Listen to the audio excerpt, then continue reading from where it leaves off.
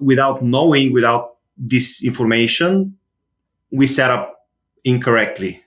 Our process was incorrect, and it came to a point where we spent about $150,000 on solution. I couldn't pull reports, and I'm not saying necessarily that's the solution's problem, but it was lacking knowledge. It was lacking onboarding. It was lacking. We needed basically turnkey reports, analytics, and things that can show us the North Star.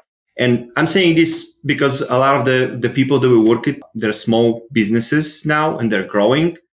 And a lot of them are also promoted from within. A lot of fleet managers are dealing with the same problem right now. And what I wanted to do is to get a system that will give me blueprint, something that I can step on and start building on top of it, something that's going to give me my North Star, what I need to follow to show me the basic KPIs that I need to track, so I can just start filling in the information where needed, and just improve my fleet maintenance overall with time.